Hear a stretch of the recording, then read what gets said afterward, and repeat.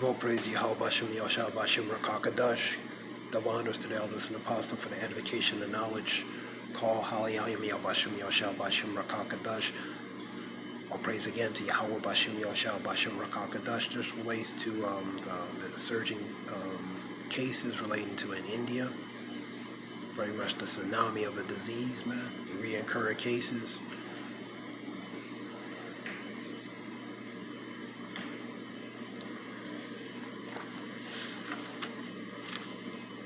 One reporter says over 350,000, like in a day, you know. So record surge cases relating to in India.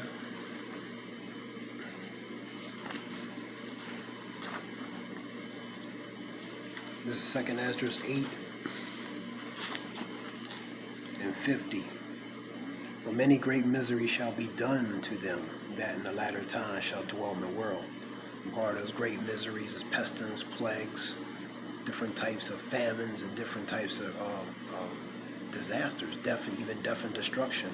For many great misery shall be done to them in the latter times shall dwell in the world, because they have walked in great pride. Their great pride, their wickedness, that's why these things are coming upon them.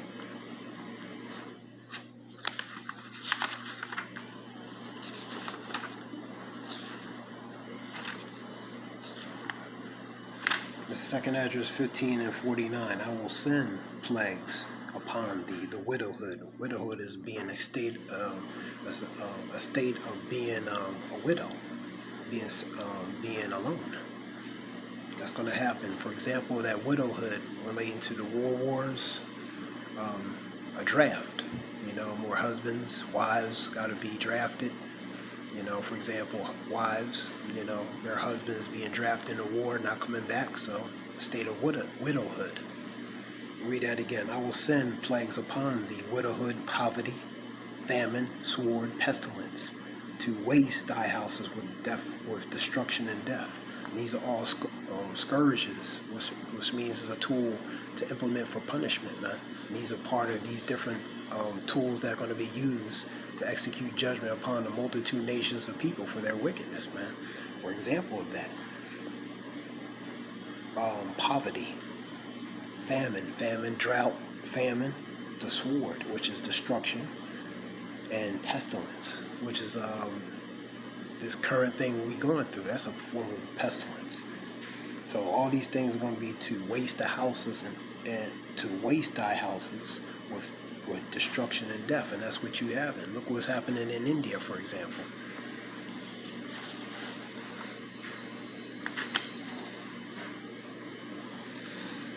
(16 and 18). 2 Esdras 16:18 through. I want to read. I'll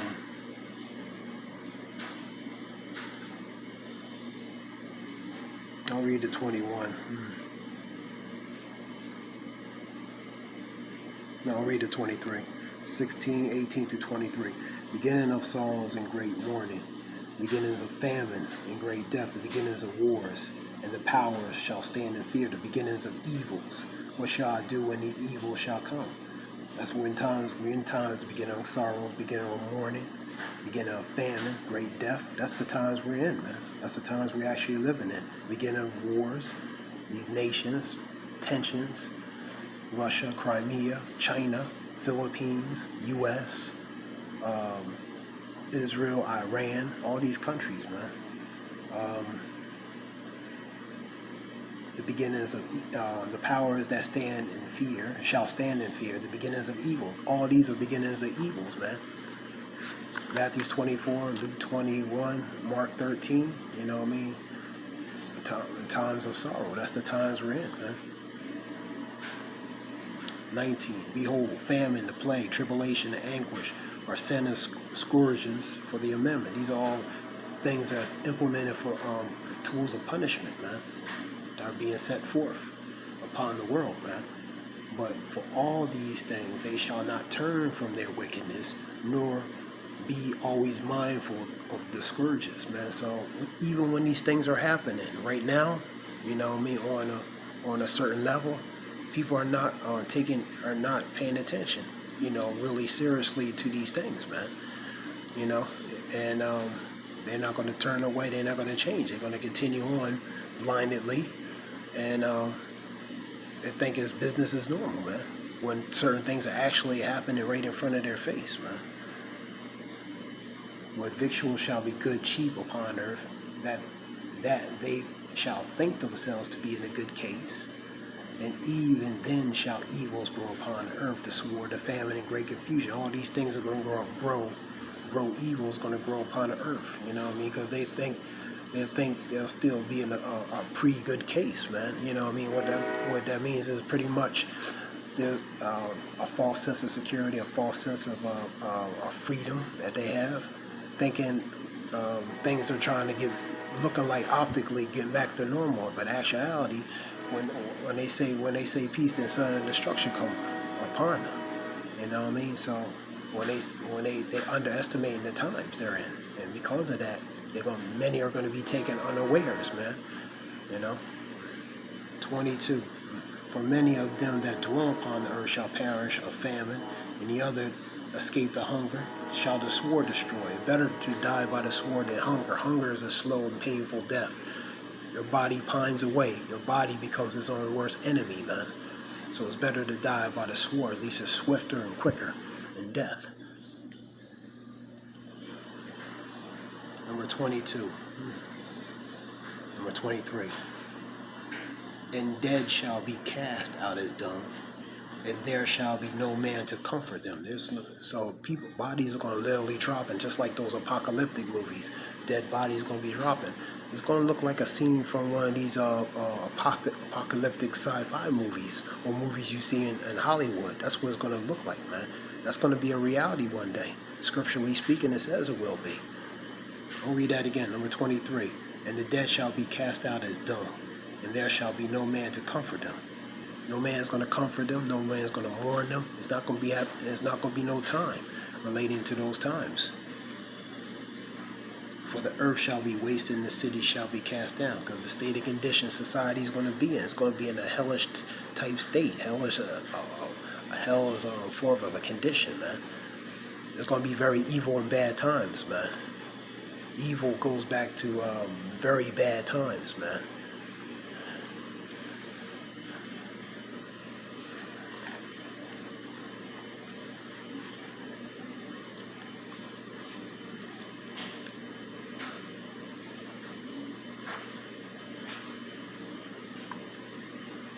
I want to go to 2nd Ezra 6.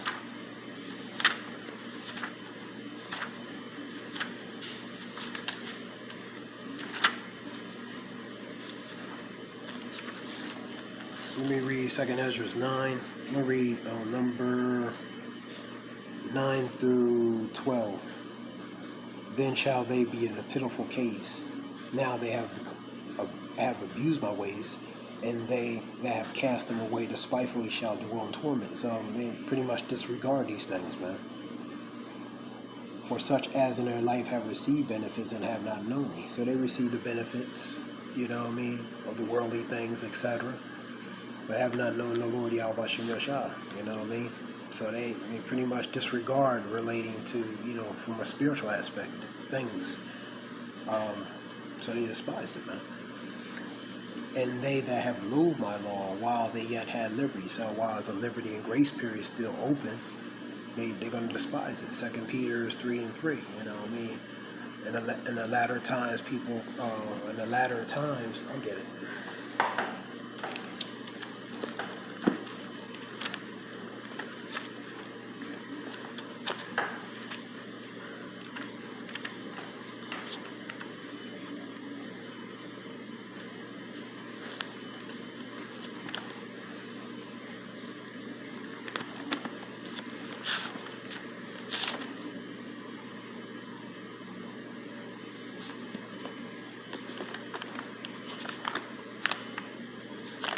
Second Peter's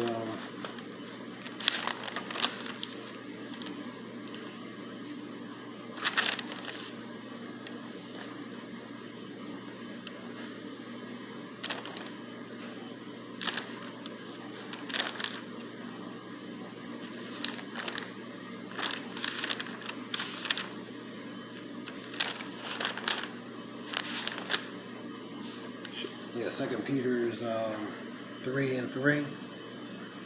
Knowing this first, that there shall come in the last days scoffers, walking after their own lusts, saying, where is the promise of his coming? Since the fathers fell asleep, all things continue as they were from the beginning of creation. So basically, the unbelievers, man. You know, and then ones could be as you can mark them as also as false prophets too. Unbelievers, scoffers, mockers, man. So they mocking pretty much really believing certain things that's scripturally that's happening, manifesting, man.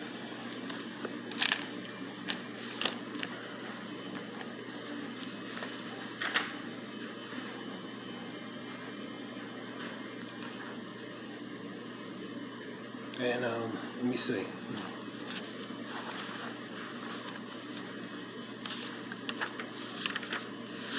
Oh yeah, go back to 2 Esdras 9.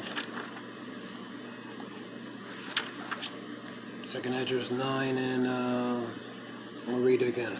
And they have loathed my law while they yet had a liberty, and when as yet a place of repentance was open unto them, understood not but despised it. So they despised it, man.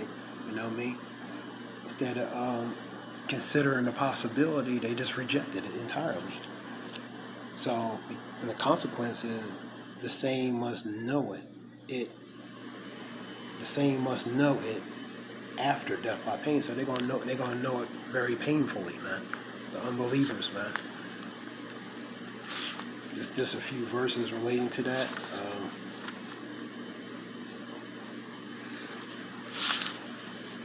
Because Zechariah 13:8, 2/3 part to be cut off, 1/3 part to be left therein. So many are going to be perish, man. You know what I mean? A great deal is going to be perish. And only a remnant and small amount will be saved, man. So that being said, this was something short relating to that video of India. You all praise the Al Bashim Yashab Bashim Rakakada Shalom. Thanks.